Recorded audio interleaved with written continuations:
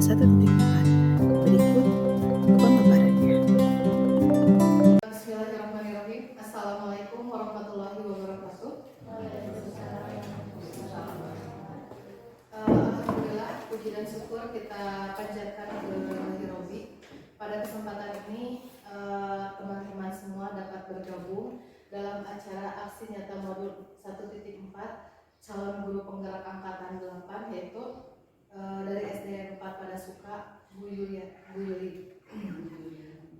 Ya.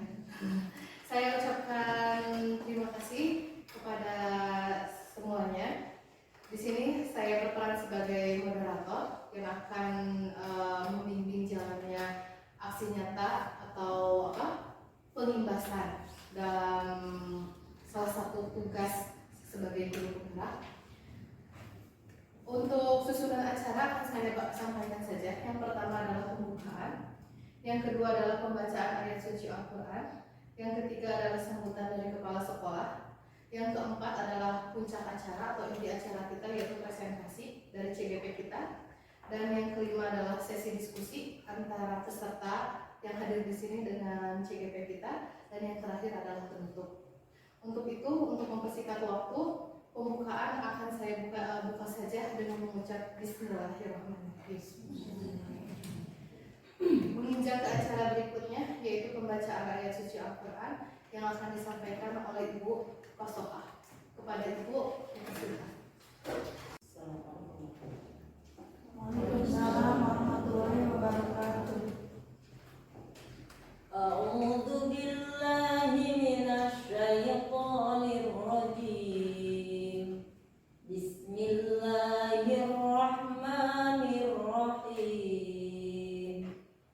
Alhamdulillahi rabbil alamin. Ar-Rahmanir Rahim. Maliki yaumiddin. Iyyaka na'budu wa iyyaka nasta'in. Ihdinas siratal mustaqim. Siratal ladzina an'amta 'alaihim ghairil maghdubi 'alaihim waladdallin. Shadaqallahul 'azim.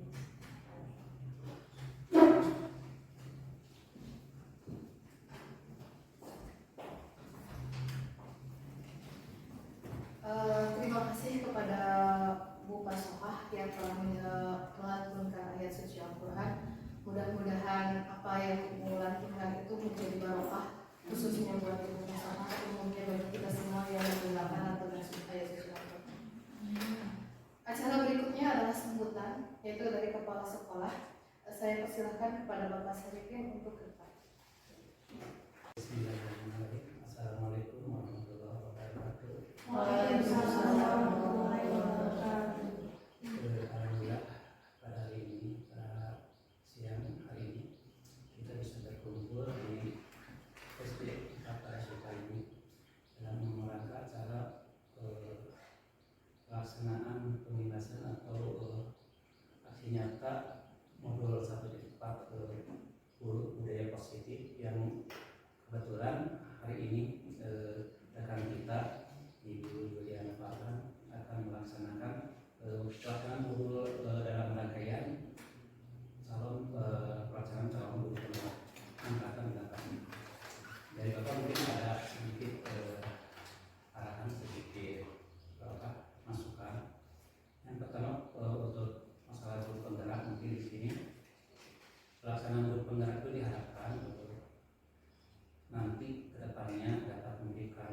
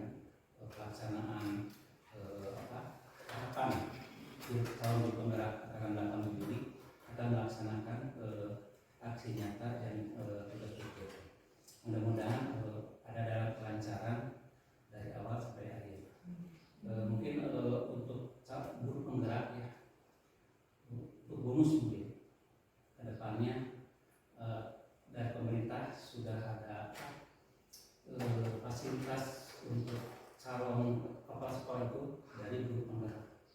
Mudah-mudahan ini bonus dari kementerian mungkin untuk kedepannya. Mudah-mudahan bukan kita mengharapkan bonusnya, tetapi yang penting adalah pelaksanaan nanti di pembelajaran di sekolah kita untuk meningkatkan pendidikan di sekolah kita. Itu mungkin saran dari Bapak, terutama untuk ibu-ibu yang akan melaksanakan pelaksanaan ini. Mudah-mudahan dari awal sampai akhir nanti selesai dengan kata dan berhasil. Itu saja mungkin yang Bapak sampaikan. Mohon maaf apabila ada kata yang kurang berkenan. Sekali lagi selamat kepada Yuli. Mudah-mudahan beliau berhasil dalam memangku pendidikan CGP akan depan. Itu saja yang Bapak sampaikan. Mohon maaf sekali lagi. Akhir kata, Assalamualaikum warahmatullahi wabarakatuh. Waalaikumsalam warahmatullahi wabarakatuh.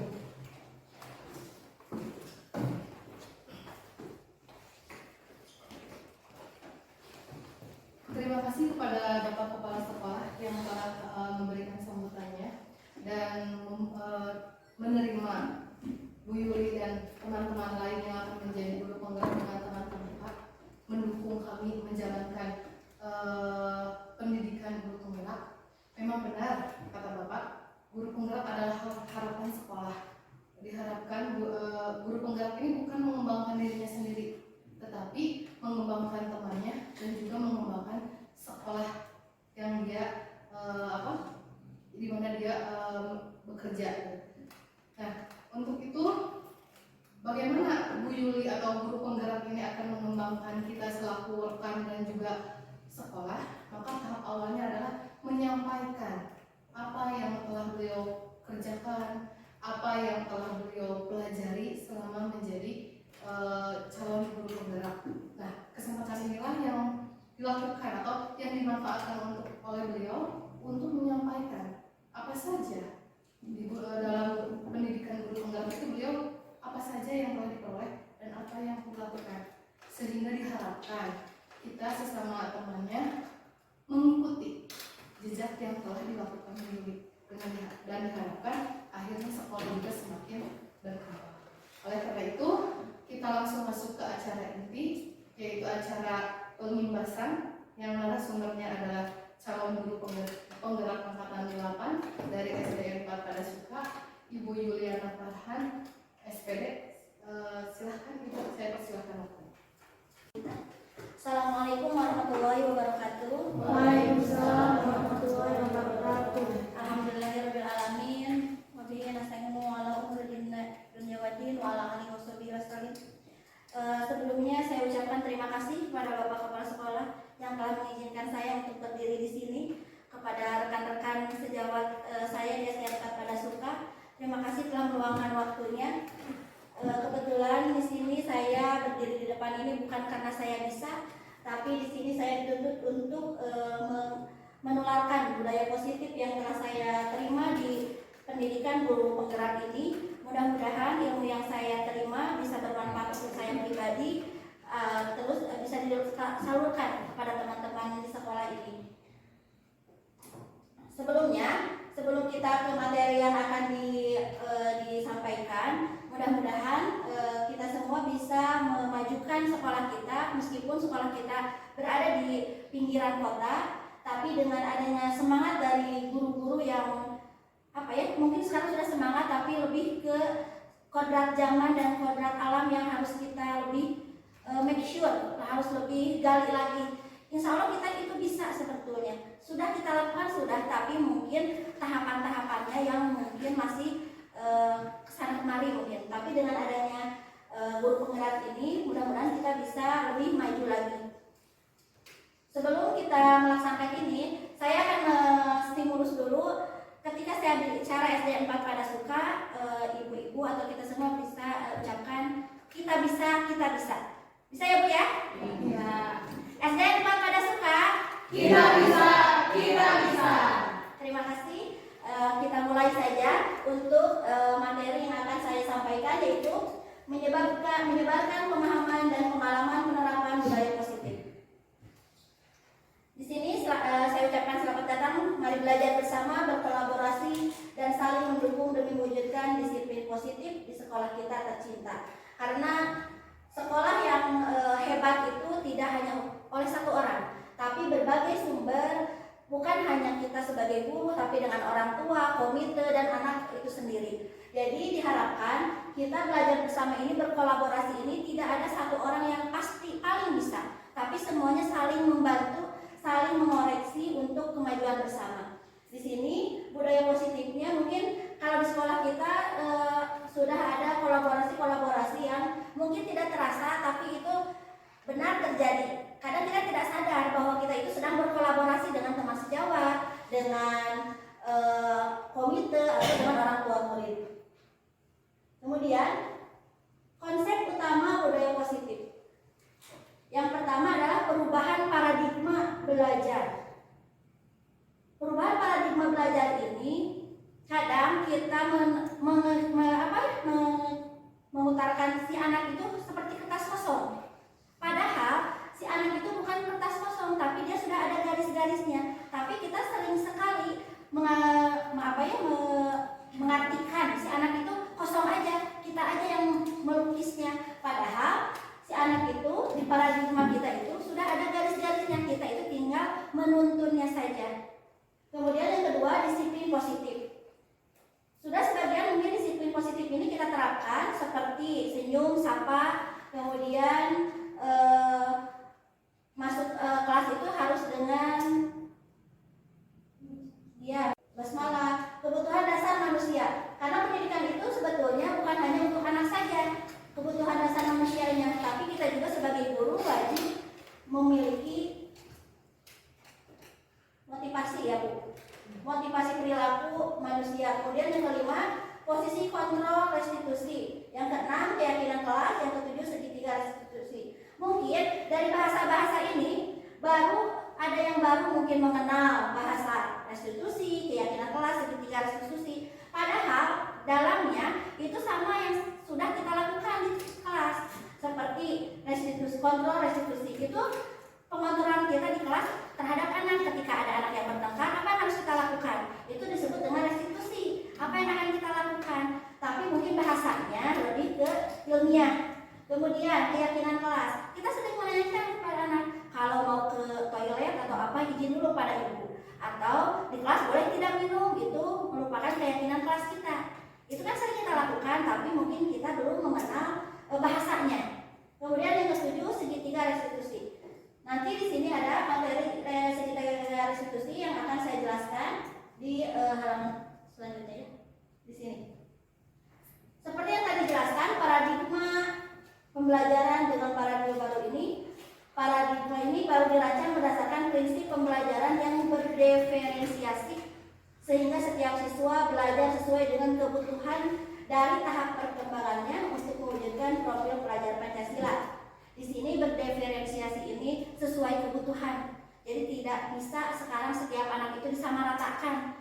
Si A harus bisa A, si B harus bisa B. Mungkin di sini perlunya kita tes awal atau yang kemarin kita lakukan pas masuk gitu ya, tes diagnostik. Nah ini untuk mewujudkan kita mau mengarahkan kemana anak ini.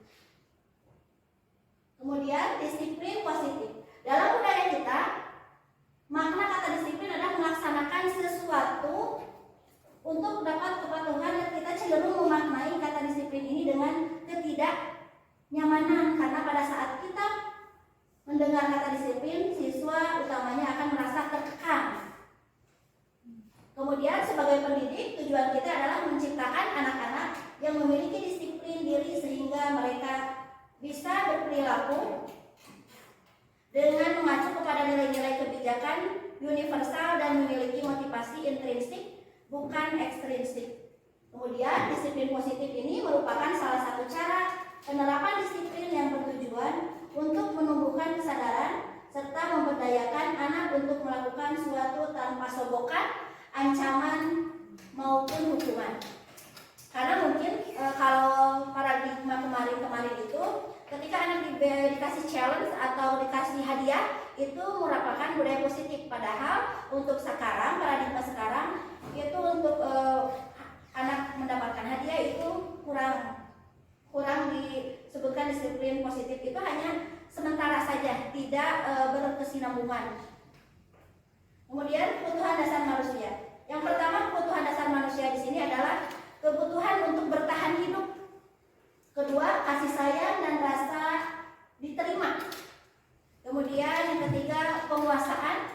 Yang keempat, kebebasan. Yang kelima, kesenangan. Ini merupakan kebutuhan dasar manusia. Tidak anak saja, guru, orang tua pun sama, kebutuhan dasarnya seperti ini.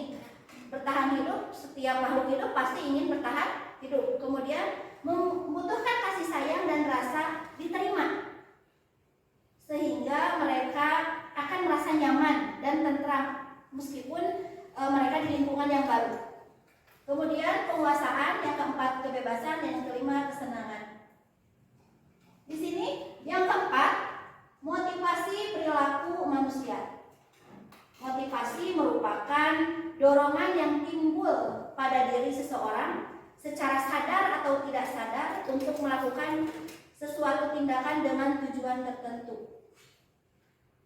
Untuk menghindari ketidaknyamanan dan hukuman, murid melakukan disiplin diri karena ia takut dihukum. Ini merupakan motivasi ekstrinsik.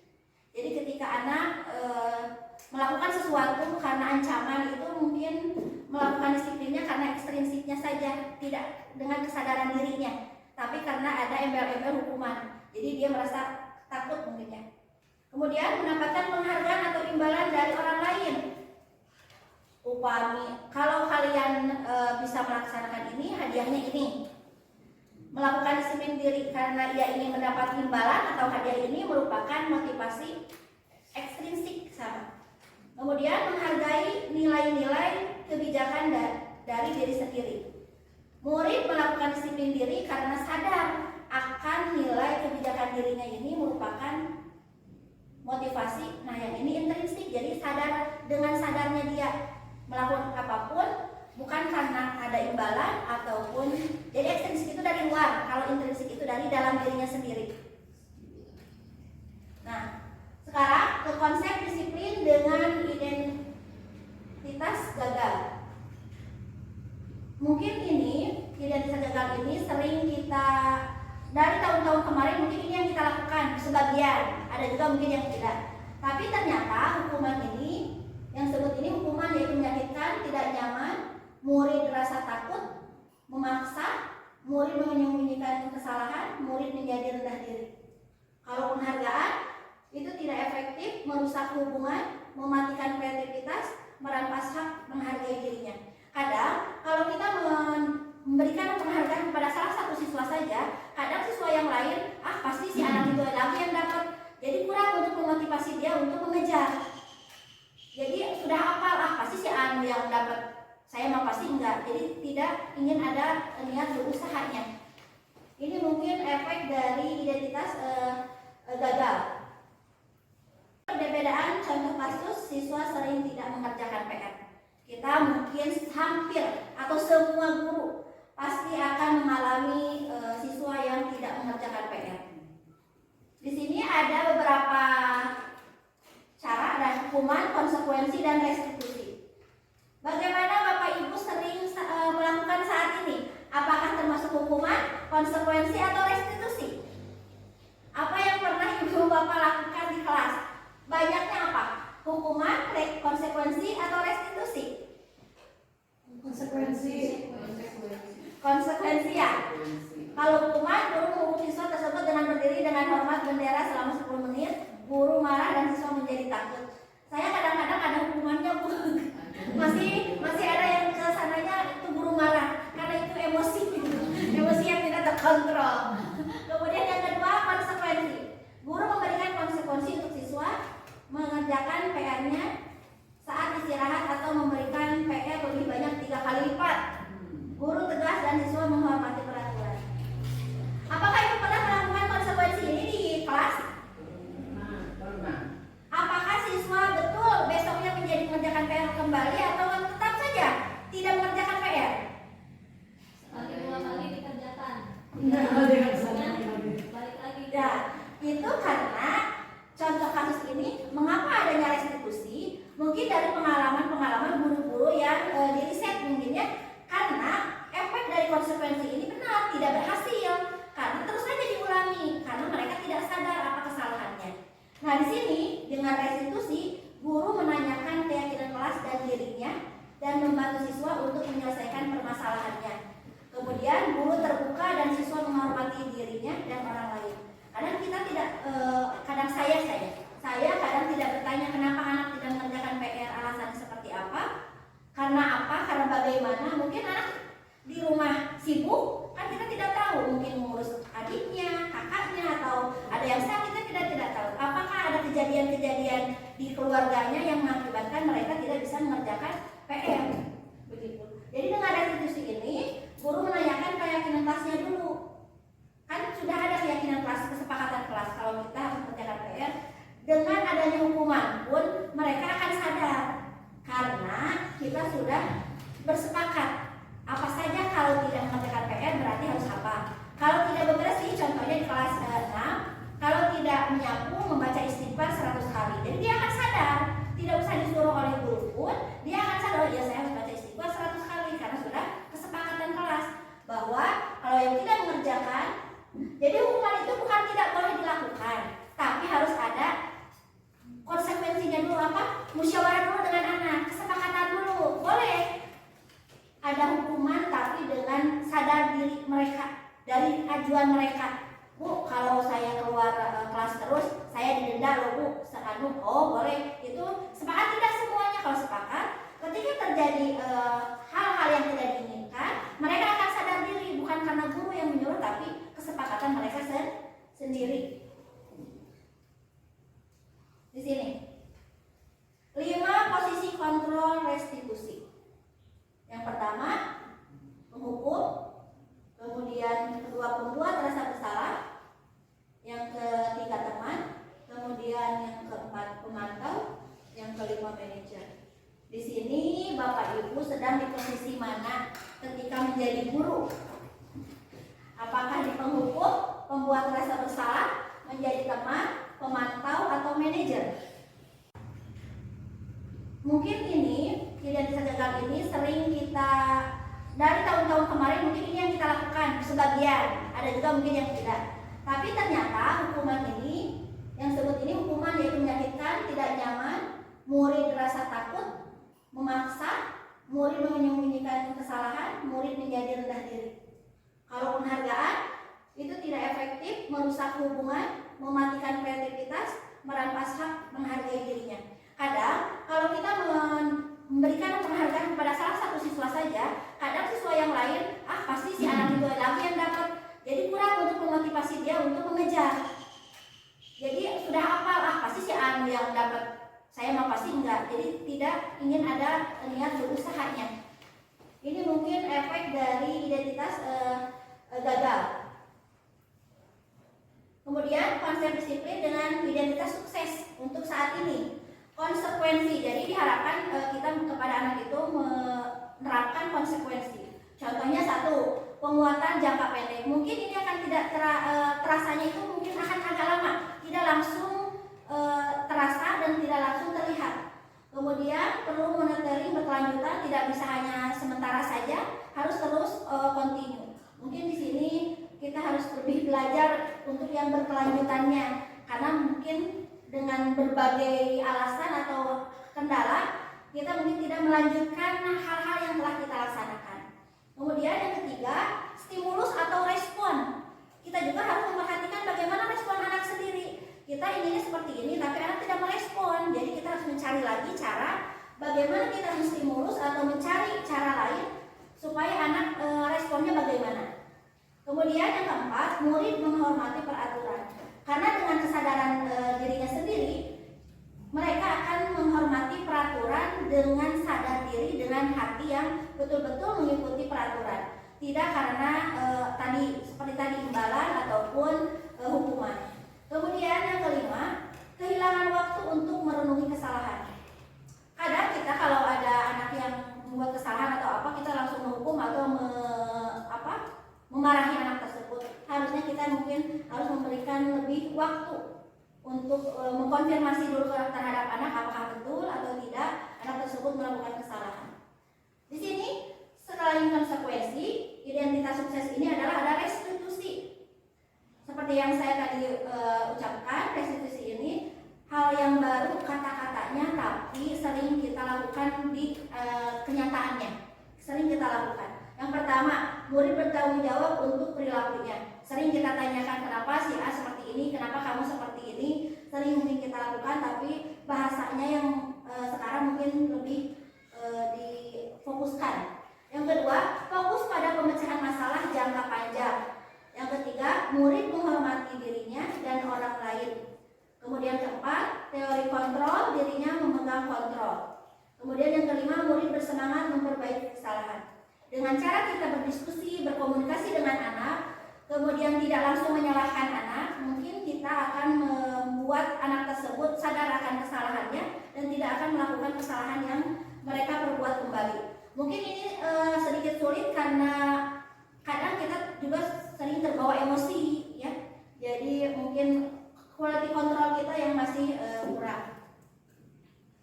Di sini konsep disiplin atau pendekatan restitusi, karena di sini disiplin ini tidak langsung bisa kita laksanakan, tapi harus ada pendekatan-pendekatan yang harus kita lakukan. Sebuah cara menanamkan disiplin positif pada murid. Yang pertama, pengertian restitusi ini adalah proses menciptakan kondisi bagi murid untuk memperbaiki kesalahan mereka sehingga mereka bisa kembali pada kelompok mereka dengan karakter yang lebih kuat atau bosen. Kemudian, ciri-ciri restitusi bukan menembus kesalahan, namun belajar dari kesalahan. Dengan cara, contoh anak membuat kesalahan, kita hukum dengan membersihkan WC, itu tidak. Itu disebut dengan menembus kesalahan. Namun belajar dari kesalahan. Kalau kalian berbuat seperti ini, akibatnya akan seperti ini. Kemudian memperbaiki hukuman, tawaran, dan bukan paksaan. Menuntut untuk melihat ke dalam diri, mencari kebutuhan dasar yang mendasari tindakan, fokus pada karakter, bukan tindakan menguatkan, dan fokus pada solusi.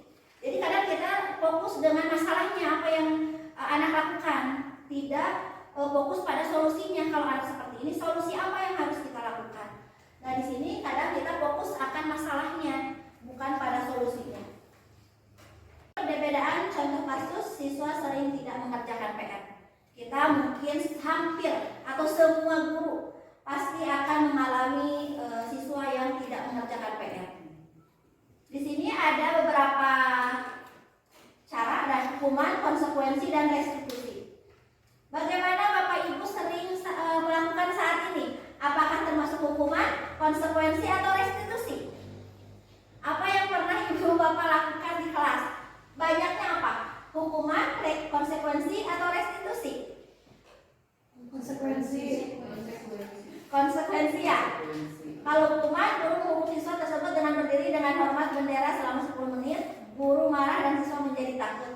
Saya kadang-kadang ada hukumannya, Bu. Masih ada yang kesananya itu guru marah karena itu emosi yang tidak terkontrol. Kemudian yang kedua, konsekuensi. Guru memberikan konsekuensi untuk siswa mengerjakan PR-nya saat istirahat atau memberikan PR lebih banyak 3 kali lipat. Guru tegas dan siswa menghormati peraturan.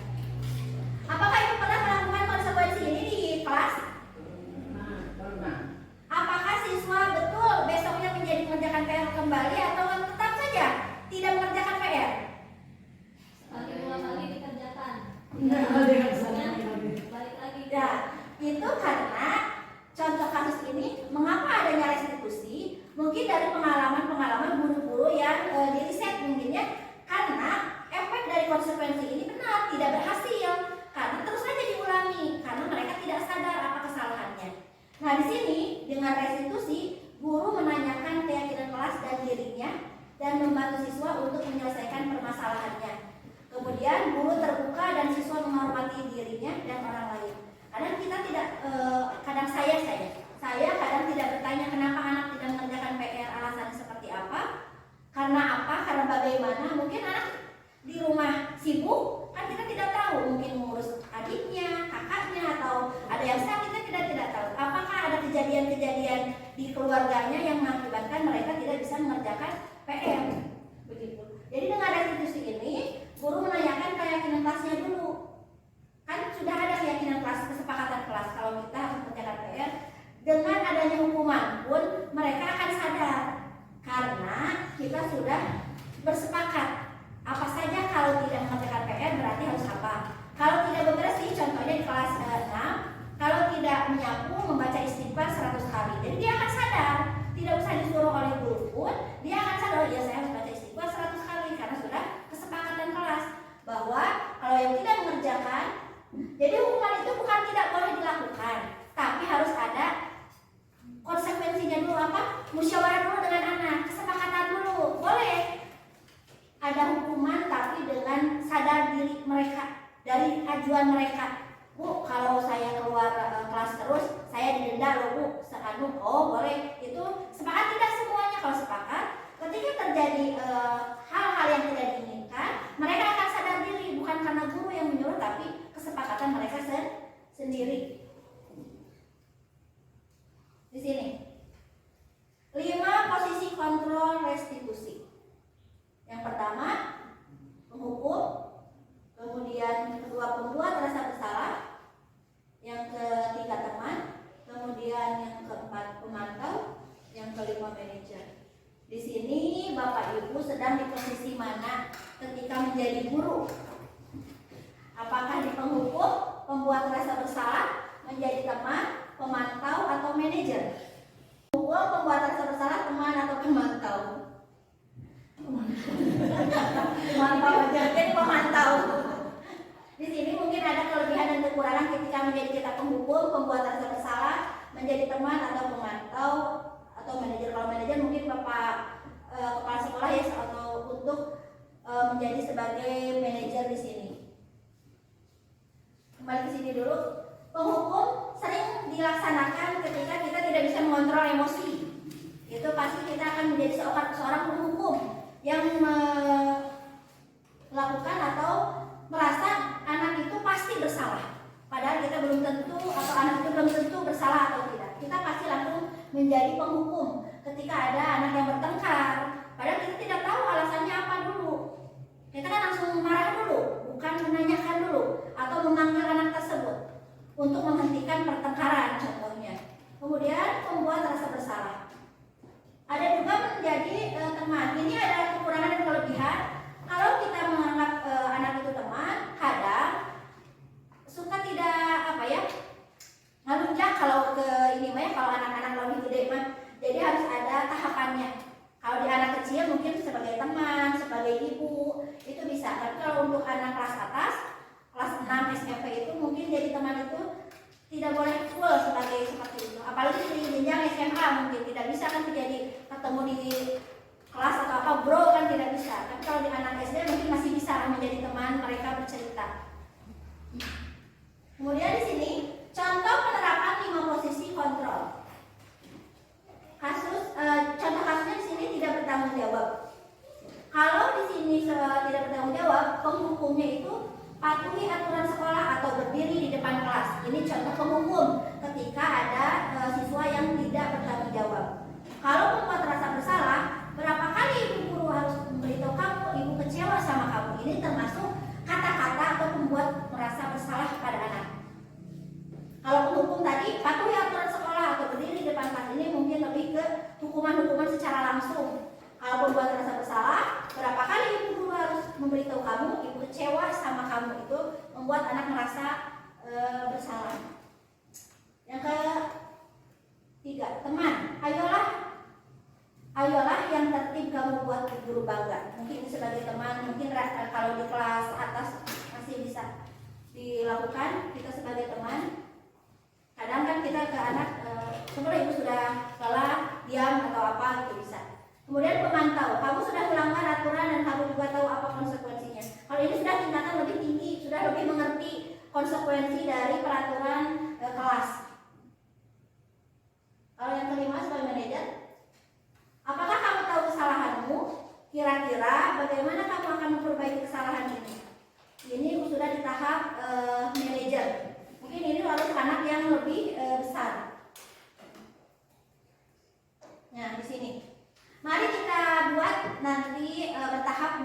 setiap kelas kita membuat keyakinan kelas setelah dijelaskan seperti ini. Mengapa keyakinan kelas? Mengapa tidak peraturan kelas saja? Karena biasanya yang ada itu tata tertib. Nah, kalau sekarang bahasanya lebih mengapa keyakinan kelas, mengapa tidak peraturan kelas saja. Mengapa kita memiliki peraturan tentang penggunaan helm pada saat mengendarai kendaraan roda 2 atau motor? Kemudian, mengapa kita memiliki peraturan tentang penggunaan masker dan cuci tangan setiap saat? Ini contoh dari mengapa kita harus kata-katanya, kenapa keyakinan kelas bukan peraturan seperti ini. Ini contoh peraturan. Nah, guru bersama siswa membuat keyakinan kelas. Di sini kita bisa berdiskusi tentang peraturan dengan semua anggota kelas kita. Kemudian yang kedua, merumuskan peraturan menjadi keyakinan.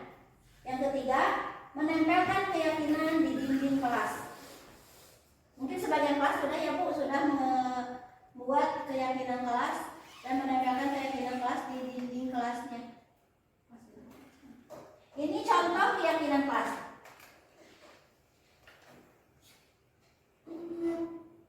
Contoh panduan menghadiri kelas. Di sini, mulai hari dengan selalu tepat waktu. Kemudian yang kedua, pastikan membawa semua perlengkapan termasuk PR, sudah materi belajar atau perlengkapan lainnya. Bersikap baik dan menghargai semua orang. Kemudian dengarkan guru dan teman sekelas serta ikuti arahan. Kemudian yang kelima, kerja keras dan lakukan yang terbaik. Itu untuk kesepakatan kelas, diobrolkan dengan anak-anak. Apakah mereka menyetujui atau tidak, atau ada pendapat lain dari anak. Contoh yang selanjutnya, selalu menjaga kebersihan. Ini kita lontarkan dulu ke anak. Menjaga kebersihan itu kewajiban bukan hanya guru atau seseorang saja, petugas kebersihan saja, tapi semua anggota kelas. Kemudian meminta izin saat keluar kelas. Kadang anak-anak kalau tidak diberitahu ke toilet keluar saja, kita mencari-cari kemana anak tersebut. Tapi dengan kesepakatan kelas, ketika anak harus meminta izin saat keluar kelas, ini ada kesepakatannya, jadi anak akan sadar. Tidak disuruh pun mereka akan bilang ketika ingin keluar atau izin. Yang ketiga, saling tolong menolong. Bukan dalam pelajaran, tapi tolong menolong. Contoh, tidak membawa pulpen, pensil, itu bisa saling tolong menolong. Kemudian berbicara dengan sopan. Kalau ini mungkin sering dijelaskan, sering diingatkan, tapi mungkin tidak dituliskan. Kalau sekarang mungkin di tiap kelas harus ada tulisannya, kemudian disepakati oleh semua anggota kelas. Yang kelima, saling menyayangi. Karena dengan saling menyayangi mungkin akan berkurang. Dengan diterapkannya, kita itu cuma satu kelas, tidak ada teman lagi. Kalau tidak kita yang saling menyayangi, mau siapa lagi? Di sini bagaimana pembentukan keyakinan kelas? Cara pembentukan keyakinan kelas di sini lebih abstrak dari peraturan. Kemudian dibuat dalam bentuk positif sesuai dengan kondisi kelas dan sekolah agar mudah diterapkan. Kemudian berupa pernyataan universal sedikit saja agar mudah diingat. Kemudian semua warga kelas atau sekolah dilibatkan saat membuat kesepakatan kelas. Bisa juga kesepakatan kelas ini sama-sama satu sekolah, mungkin karena lingkungan kita sama bisa disamakan boleh, kecuali mungkin ada hal-hal yang berjenjang. Ada yang bisa dilakukan oleh kelas atas, ada yang bisa dilakukan kelas bawah. Nah, ini yang saya sebutkan tadi, segitiga restitusi.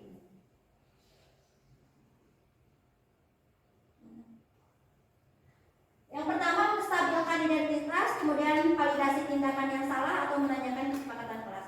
Segitiga restitusi ini akan mengakibatkan pertama keyakinan kelas dulu. Ketika ada kesalahan yang anak lakukan, kita itu harus memiliki atau menggunakan segitiga restitusi. Tidak boleh langsung menghukum anak, tapi harus bertanya dulu. Seperti ini, menstabilkan identitas, dipanggil anak tersebut. Apakah benar dia namanya si Anu, kelas Anu. Kemudian validasi tindakan yang salah. Apakah benar kamu melakukan kesalahan ini?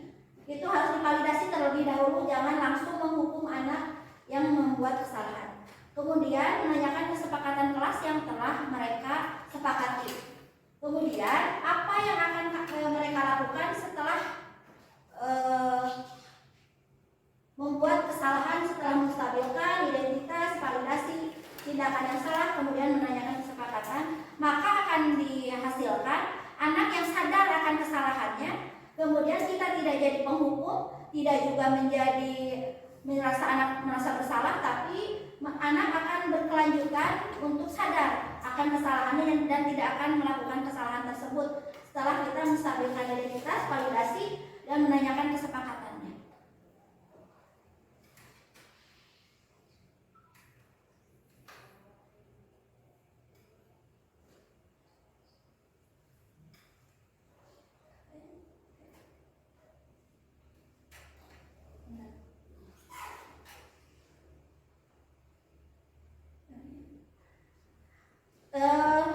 Begitu materi yang telah saya sampaikan. Alhamdulillahirobbilalamin, materi budaya positif dari materi yang saya terima dari hasil CGP modul 1 ini dan aksi nyatanya 1.4. Mudah-mudahan bisa bermanfaat bagi saya sendiri dan bermanfaat bagi ibu bapak semua. Maaf apabila ada kesalahan kata-kata yang telah saya ucapkan. Assalamualaikum warahmatullahi wabarakatuh. Terima kasih buat narasumber kita. Kita berikan tepuk tangan dulu buat narasumber kita yang nah, dari hasil menyimak kita dari narasumber, tentu kita, oh iya, ini pernah kita lakukan. Oh, eta namanya. Terus atas itu komentarnya. Pernah kita lakukan. Cuma memang kata narasumber tadi hanya peristilahan saja. Gitu. Istilahnya ternyata yang kita lakukan ini adalah ini, yang kita lakukan ini adalah ini. Terus dengan narasumber juga kita jadi mengingat kembali, kita ini menghukum atau bukan ya? Kita ini benar atau apa ya? Ya itulah salah satu manfaat dari diseminasi ini. Nah, sekarang adalah sesi berikutnya, yaitu sesi diskusi, di mana para peserta dapat menanyakan kepada narasumber apa saja yang mengganjal di hati peserta yang ingin diluruskan supaya lebih tercerahkan lagi pemikirannya dan kita bisa menerapkan seperti apa yang telah diterapkan narasumber di kelas kita masing-masing. Untuk sesi pertama, saya buka 3 pertanyaan terlebih dahulu. Silakan yang berniat untuk bertanya untuk mengacungkan tangan. Tidak hanya bertanya, boleh juga memberikan masukan atau juga kritik atau juga pujian. Di sini diterima, bahkan sumbangan pun kami terima. Silakan. Ada yang mau bertanya? Ya, silakan Ibu Ani. Silakan Ibu. Assalamualaikum warahmatullahi wabarakatuh. Waalaikumsalam warahmatullahi wabarakatuh. Terima kasih atas kesempatannya. Mungkin terima kasih tadi saya sudah pemaparan yang begitu lugas. Mungkin untuk selanjutnya saya hanya ingin menanyakan bagaimana langkah-langkah dan strategi yang bisa kita terapkan di sekolah kita yang sesuai dengan situasi kondisi budaya di sekolah kita dalam penerapan budaya positif tadi. Mungkin secara global demikian.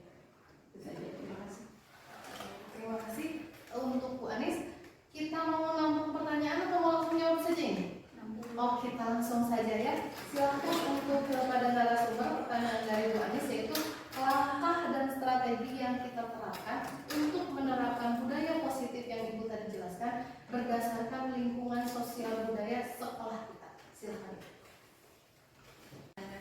Terima kasih pertanyaannya Bu Anis yang begitu bagus untuk saya berpikir keras. Soalnya hot. Tapi saya yakin kita bersama bertemu di sekolah kita itu tidak ada manfaatnya, tidak mungkin tidak ada tujuannya.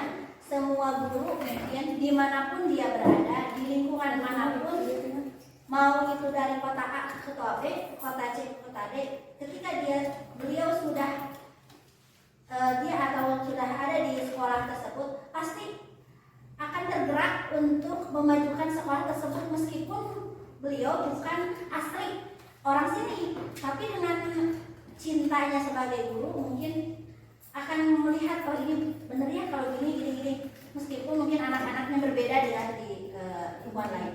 Kebetulan saya mungkin asli orang sini, kemudian langkah-langkah apa saja yang akan kita lakukan gitu ya kita untuk budaya positif di sekolah kita, menerapkan budaya positif di sekolah. Mungkin untuk saat ini di sekolah kita mungkin ada sebagian yang sudah diterapkan budaya positif, contohnya bun pagi atau mengaji. Contoh surat Al-Fatihah itu kita sudah dengan artinya, berbeda dengan sekolah lain yang mungkin belum. Tapi sebagian siswa di sini budaya positifnya itu sudah dilakukan. Kemudian yang kedua, ketika bertemu dengan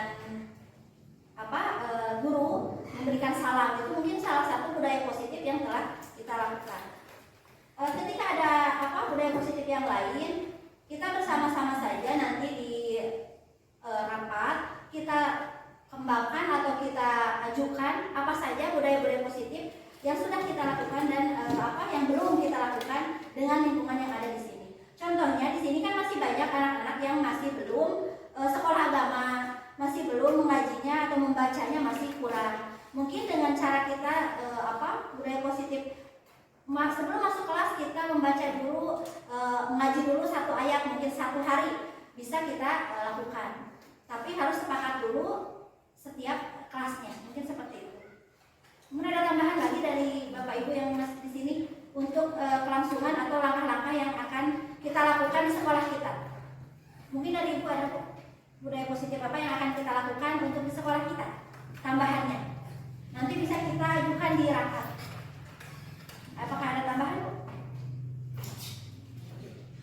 Ya. Begitu Bu Adis, bagaimana masih? Terima kasih. Terima kasih untuk narasumber kita. Jadi saya rangkumkan saja lagi jawaban dari narasumber. Bagaimana langkahnya? Tentu kalau kita memiliki budaya positif, kita bicarakan dengan stakeholder di sini. Apakah itu cocok atau tidak? Lalu bagaimana kita bisa tahu itu cocok atau tidak? Ya, kita tadi sesuaikan dengan budaya yang ada di sini. Apakah budaya positif tersebut cocok atau tidak? Kalau seandainya memang bisa, kita mulai terapkan dengan kesepakatan seperti itu ya Bu ya. Oke, selanjutnya silahkan dari ibu-ibu, apakah ada yang bertanya? Silakan Ibu Rini. Baik, terima kasih. Assalamualaikum warahmatullahi wabarakatuh. Waalaikumsalam warahmatullahi wabarakatuh. Baik, saya mau bertanya mengenai kan tadi langkah-langkah ya, langkah-langkah yang diterapkan itu diantaranya dengan adanya budaya positif. Yang mau saya tanyakan adalah mengenai kembali lagi kepada Ibu sendiri, tantangan apa sih yang Ibu alami gitu selama ini selama menerapkan langkah dan strategi yang seperti budaya positif tadi di sekolah kita ini gitu. Baik. Terima kasih Bu Rini. Iya. Nyambung ya pertanyaannya dari Ibu yang tadi. Jadi dari apa yang sudah Ibu lakukan, langkah-langkah dan strategi tadi, apa katanya tantangannya? Biasanya kalau udah ada tantangan harus ada jawabannya sebenarnya. Gitu Pak. Oh pakai ada tantangan karena kumaha gitu Pak. Dan nanti kami harus sakitnya Ibu jelas gitu. Terima kasih pertanyaannya. Tantangan yang mungkin karena saya masih belajar dan masih awam sama ya Bu, karena mungkin baru mengenal apa itu tentang tadi budaya positif yang mungkin sering kita lakukan. Tantangannya mungkin karena kita awam dan kita baru mengenal dan baru melaksanakan. Tantangannya bukan hanya dari eksternal tapi internal diri kita sendiri untuk menahan ego. Budaya positif itu yang pertama mungkin tantangannya diri sendiri, yang kedua mungkin dari kalau lingkungan itu, kalau kita sudah budaya positif insya Allah lingkungan pun akan mengikuti. Tapi anak sendiri, kadang anak kekeh dengan pemikirannya, dengan kebiasaannya yang terlebih dahulu. Jadi masih harus ini tidak bisa instan, tapi harus bertahap dan harus sabar dan continue. Tidak bisa hanya gebrak tumila, udah aja, nggak bisa. Itu berarti tantangannya yang pertama yang saya rasakan itu dari diri saya sendiri. Karena untuk menerapkan budaya positif ini tidak instan, tidak langsung, tapi harus berproses, dan proses itu harus dikolaborasi dengan pihak lain, guru-guru yang ada di sini, kemudian orang tua, siswa tersebut. Jadi budaya positif ini tidak bisa kita lakukan sendiri dan butuh kolaborasi antar stakeholder maupun teman sejawat yang ada di sekolah kita. Dan tantangannya sangat banyak sekali. Dan mudah-mudahan kita semua bisa melaksanakan tantangan-tantangan ini menjadi budaya positif di sekolah kita. Begitu. Terima kasih Ibu untuk jawabannya. Jadi katanya tantangannya intrinsik dan ekstrinsik.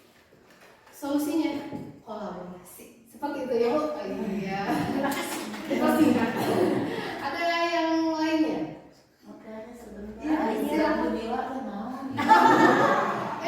Selingan iklan. Beberapa ini Bu. Jadi hanya sedang euforia saja. Nanti kesananya kita nggak melanjutkan. Karena sedang ramainya budaya positif kita laksanakan. Sudah itu tidak ada, kita jadi tidak melaksanakan lagi budaya positif tersebut. Jadi hanya euforia sebentar saja. Jadi jangan sampai budaya positif ini karena sedang ramainya guru penggerak, sekolah penggerak, kita ramai semuanya berbudaya positif. Tapi ini tidak berkelanjutan, hanya sampai di sana saja. Gitu ya. Seperti itu. Walaupun bisa tadi itu ya, uang ini kali ini aja mah sudah perilaku anak itu susah ya. Itu kan abi ngabentannya sarang SMP, sarang SD-nya dia sudah. Ya kalau di SD mah seperti ini mungkin saya tuh harus begini, apalagi bahasanya ya. Kurang lama misalnya gitu. Nah kalau di SMP kalau bisa saja ada hukuman. Nah kalau ada hukuman tuh pasti yang kalau di SD tuh kalau dihukum mau bagaimana gitu, saya tuh bingung. Nah kemana kalau di SD mau kemana? Nah, Silakan Ibu langsung aja. ya, saja. Karena tadi seperti yang tadi ada penghukum, ada yang merasa bersalah, dan dengan tadi itu budaya restitusi.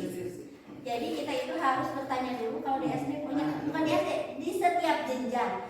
Karena sekarang zamannya berbeda, kodrat alamnya berbeda, zamannya pun berbeda.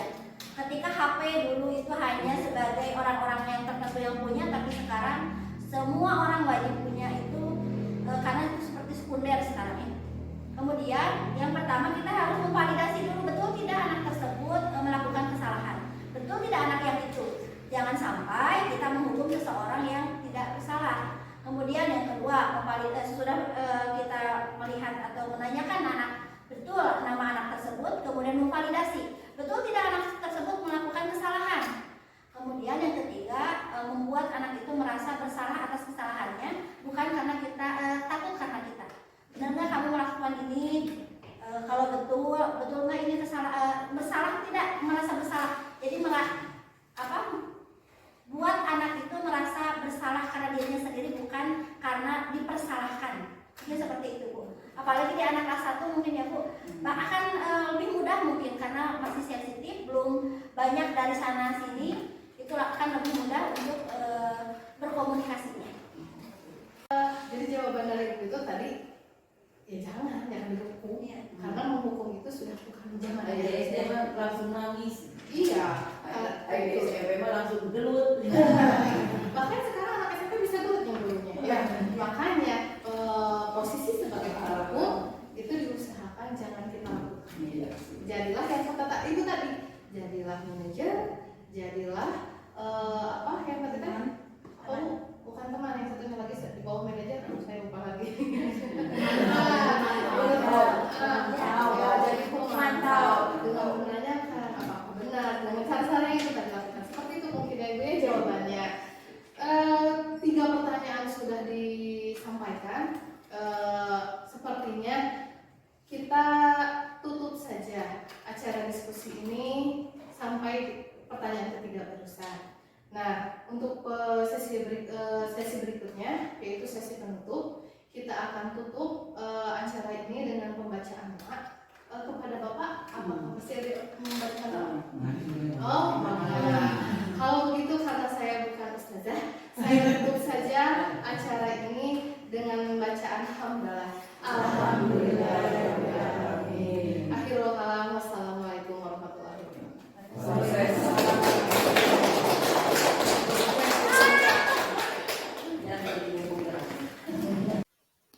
Demikian pemaparan dari saya. Mohon maaf jika masih banyak kekurangan. Terima kasih.